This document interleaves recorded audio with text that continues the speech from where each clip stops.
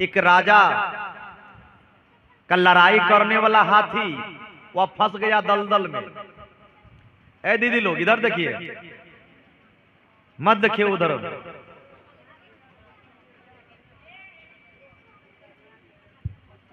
वह राजा का हाथी फंस गया दलदल में। अब दलदल में फंसने के बाद पिलीमान जो थे वह बहुत प्रयास किया कि हमें इन्हें निकालना है, हमें बाहर करना है। बहुत प्रयास किया, बहुत मारा पीटा, अंकुश लगा लगा करके कानों में खींचता रहा, लेकिन हाथी को जितना मारता पीटता गया उतना दलदल में और फंसता गया। अंत में क्या हुआ, वह राजा के पास चला गया और राजा से कहने लगे, महाराज मेरे हाथी जो लड़ाई करने वाले थे वह जाकर के नदी के दलदल में फंस गए हैं, वह निकल नहीं रहे हैं, धीरे धीरे दलदल में फंसता जा रहा है। तो राजा जाकर के देखते हैं कि कैसे हाथी फंसा हुआ है। जब राजा जाकर के देखते हैं तो बहुत विचित्र तरीका से फंसे हुए हाथी हैं। अब ये राजा भी परेशान हो गए। राजा परेशान हुए कि अब हाथी निकले तो निकले कैसे। तो राजा वाले बात, राजा की क्या चीज की कमी है, तुरंत राज में ढुला पिटवा देते हैं कि जो व्यक्ति हमारे हाथी को निकाल देंगे वह व्यक्ति को मुंह मांगा इनाम दिया जाएगा और सोना चांदी जो है कि उन्हें डाली भर के दिया जाएगा। अब इतना बात जब कहा तो तरह तरह के लोग आते हैं निकालने के लिए। गांव के लोग, बाहर के लोग, दूर के लोग सब आकर के अपने अपने जुगाड़ लेकर के हाथी को निकालना चाहा, लेकिन हाथी नहीं निकल पाया। क्यों निकलेगा, क्योंकि हाथी तो दलदल में फंसा है। विचार कीजिए। जब सब कोई थक गए, राजा भी मूर्छित हो गए कि अब हमारा हाथी लगता है वह दलदल में मर जाएंगे, निकलेंगे नहीं। अब तो बहुत पछतावा आ रहे हैं। तो मंत्री जो होते हैं राज दरबार के वह बहुत तेज दिमाग के हुआ करते हैं। वह मंत्री कहते क्या हैं कि महाराज आप घबराते क्यों हो, आप घबराइए मत। जहां शंका हो गई वहां समाधान जरूर होगा, और जो बिगड़ा हुआ है वह बनेगा, और जो बना हुआ है वह आज न कल वह बिगड़ेगा। ऐसा बात नहीं है कि नहीं बिगड़ेगा, जो बना है वह बिगड़ेगा। अगर बनने का संभावना होता है तो बिगड़े हुए सामान भी बन जाते हैं, अगर बिगड़ने का संभावना होता है तो बढ़िया सामान भी बिगड़ जाते हैं। तो कहते हैं सिपाही, मंत्री क्या किया जाए, कैसे होगा, ये हाथी तो मरेंगे, सोच से हम भी बीमार पड़ जाएंगे। तो कहता है महाराज आपको बीमार पड़ने की आवश्यकता नहीं है, हमने जुगती बता ली, अपने दिमाग में ले लिया है। इन्हें निकालने वाला कोई व्यक्ति है तो वह काशी नगरी लहर तराव आश्रम में बैठे हैं। तो कहता वह कौन है, तो वह कहता है सदगुरु कबीर है। वह एक फकीर है, वह संसार में केवल लोगों को ही कुछ कहने का काम कर रहे हैं, वह अपना काम नहीं कर रहे हैं। और जितना भी लोगों को वह समझाए हैं, बुझाए हैं, जहां भी वह गए हैं तो उनका बात कहीं कटने योग नहीं है, उनका बात सटीक है, सार है। कभी वह गलत बात बोलते ही नहीं है। कहीं उनकी दृष्टि पड़ जाए तो ये हाथी जरूर निकलेगा, निकलने में कोई कसर नहीं रहेगी। तो महाराज ने रथ पर बैठा, अपने आदर सम्मान से वह कुटी पर जाकर के वह बाबा के चरणों में बंदगी बजा करके वह नमन निवेदन किया कि सरकार हमारे विकट समस्या पड़ गई है, उसे आप निकाल लें, और निकाल देते हैं तो बहुत अच्छा होगा, हमारी दुख दूर हो जाएगी।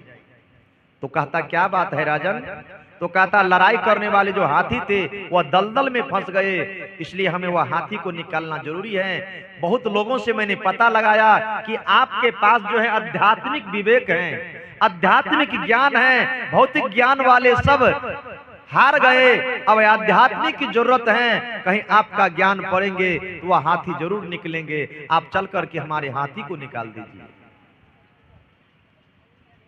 फिर रथ पर बैठा करके सदगुरु को ले आए, कहा वह तालाब के किनारे, और वहां जाकर के दिखाए कि यही मेरा हाथी है और दलदल में बुरी तरीका से फंसा हुआ है, ये कैसे निकलेगा, थोड़ा जुगती बता दीजिए। साहब ने इशारा किए कि गुरुमुख बानी उपजे शीश साच करी मान, यही विधि फंदा छूटी है और जुगत नहीं आन। कहते राजन आप हमने बात को मान सकते हैं, जो हम कहेंगे करेंगे। कहता क्यों नहीं महाराज, जरूर करेंगे। तो कहता बाजा मंगाइए। अब ये मत समझिएगा सुनील जी का बाजा मांग रहे हैं। बाजा का मतलब ये नहीं कि आजकल जो है बड़ा बड़ा डीजे है आ सब रख दिए आ नाचना गाना शुरू कर दिए। लोगों का मन में यही हुआ कि बुढ़वा बाबा जी का माथा उथा खराब हो गया है, ये डीजे मंगवाने का प्रयास में लगा है, ये हाथी को सुनाएगा डीजे। अब जो कहा बाजा मंगाइए तो महाराज तो गुम हो गए। तब सिपाही कहते हैं कि महाराज ये डीजे का क्या जरूरत है, बाजा क्या जरूरत है। तो सिपाही कहता चुपिए, जो कह रहे हैं गुरुजी वह बात को मानिए। तो कहता सरकार कैसी बाजा चाहिए। तो कहता उस समय का बाजा कैसा था, मुख से फूकने वाला। आजकल के बाजा तो इतना ढहलेल है ना कि बड़का बड़का बीमारी को खड़ा कर देता है, लेकिन पहले का बाजा वह मुख से फूकने वाला बाजा था। इतना सुंदर लगता था सुनने में। शादी ब्याह में जब बजता था तो माता बहन के आंख में अपने आप आंसू आ जाता था। लेकिन आजकल के बाजा जब बजेंगे क्रोध से माता लोग घर में जाकर के बैठ जाएगी कि ऐसा बाजा हमको नहीं सुनना है। वह बाजा मंगाए, वह तुरही बाजा। और जब बाजा आ गए, ढोल पिपी आ गए, तब कहते सरकार सबका व्यवस्था हो गया, अब ये बाजा को क्या किया जाए। तो कहता नाव पर जाकर के ये बाजा वालों को बैठाइए। नाव पर बैठाए बाजा वाले को, और कान पर हाथी का जो कान थे वह कान के निकट जाकर के बाजा बजाना शुरू किया। और जब बाजा बजाना शुरू किया तो हाथी अपना मन में क्या सोचता है कि लगता है मेरे राजा पर कोई चढ़ाई तो नहीं कर दिया, मेरे राज में कोई दुश्मन तो नहीं आ गया। अब ये जो है पूरा जो है बेचैन हो रहा है। क्यों बेचैन हो रहा है। कहता है कि जानवर नमक हरामी नहीं करते, इंसान कर देते हैं। लोगों का खा करके उनमें छेद कर देते हैं, लेकिन जानवर किसी का बुराई नहीं करते हैं। वह हाथी मन में सोचा कि इतना दिन से मैं खा रहा हूं महाराज का अन्न, महाराज का घास, महाराज का फल फूल, और आज महाराज के ऊपर आपत्ति विपत्ति आने वाला है। अगर ये दलदल में यूं ही फंस करके रहूं तो राजा को मार करके चला जाएगा। इससे बढ़िया है कि हमको निकलना चाहिए। अब जितना जोर जोर से बाजा बज रहे हैं और उतना जोर से हाथी हिलना शुरू कर दिया। अब इधर बाजा बजता, हाथी हिल रहा है। हिलते हिलते पैर का जमीन खिसक गए और इतना जोर से छलांग मारा कि जाकर के ऊपर में जाकर के चिल्ला रहा है, ए मेरे दुश्मन कहाँ हो, मेरे सामने आओ। अब हाथी जोर जोर से चिल्ला रहा है, बाहर निकल करके और चारों तरफ के लोग ताली बजा रहे हैं।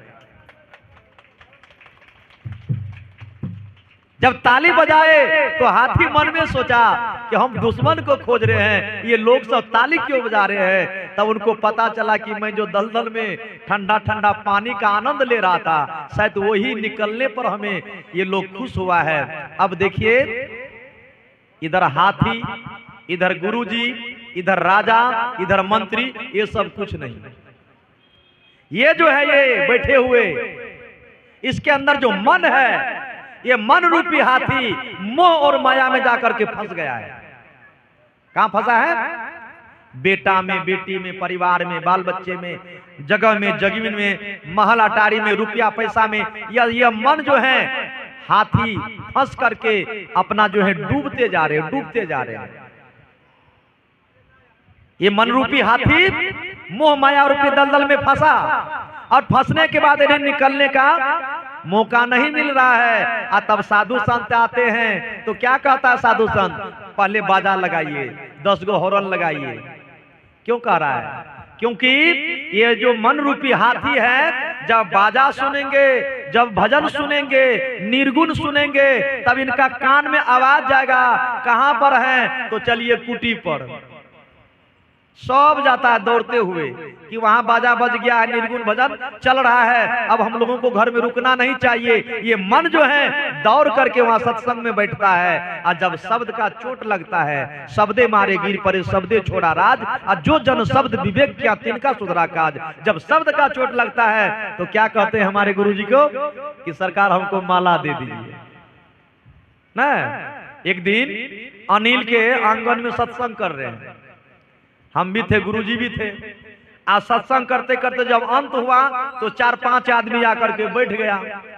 तो कहता है हम गुरुजी माला लेंगे, दीक्षा लेंगे। तो हम बोले आपको किधर से दिमाग आ गया कि आप कंठी बांधोगे? वो रात की समय अंतिम हो गया तब बांधने के लिए आए हो, क्या हुआ? तो कहता है भजन जो सुने न, आप प्रवचन जो सुने न, हमरा ऑटोमेटिक हाथी की तरफ फान गए। हाथी दलदल में था, ऑटोमेटिक जाकर के फान गए। कहा? सत्संग के फील्ड में। और बाबा के चरणों में झुक करके वह क्या कहता है कि हमको चाहिए माला, हम ऐसे नहीं रहेंगे। क्या हुआ? हाथी दलदल से निकला कि नहीं?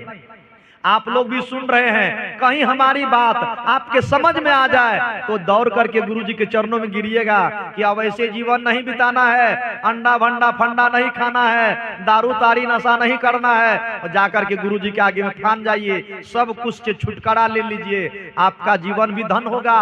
जो आपको दीक्षा दिया उनका भी जीवन धन हुआ। जो ऊपर में कबीर साहब का शब्द रम रहे हैं वहां भी आपका आवाज जाएगा। और कबीर का सपोर्ट, गुरु का सपोर्ट, संत का सपोर्ट मिलेगा। जितना भी आपका कूड़ा कचरा पाप पुण्य जो भी मतलब था मैल वह झड़ गया। और धीरे धीरे वह जो है सत्संग का साबुन लगते लगते आपका जीवन पूरा पवित्र हो गया। तो जब तक ये मन रूपी हाथी ज्ञान और ध्यान रूपी सत्संग और बाजा की आवाज को नहीं सुनेंगे तब तक ये हाथी दलदल से निकलने वाला नहीं है। आपको यकीन नहीं है, आप सत्संग में मत आइए, देखिएगा बुढ़ारी तक आपको यही परिवार नजर आएगा।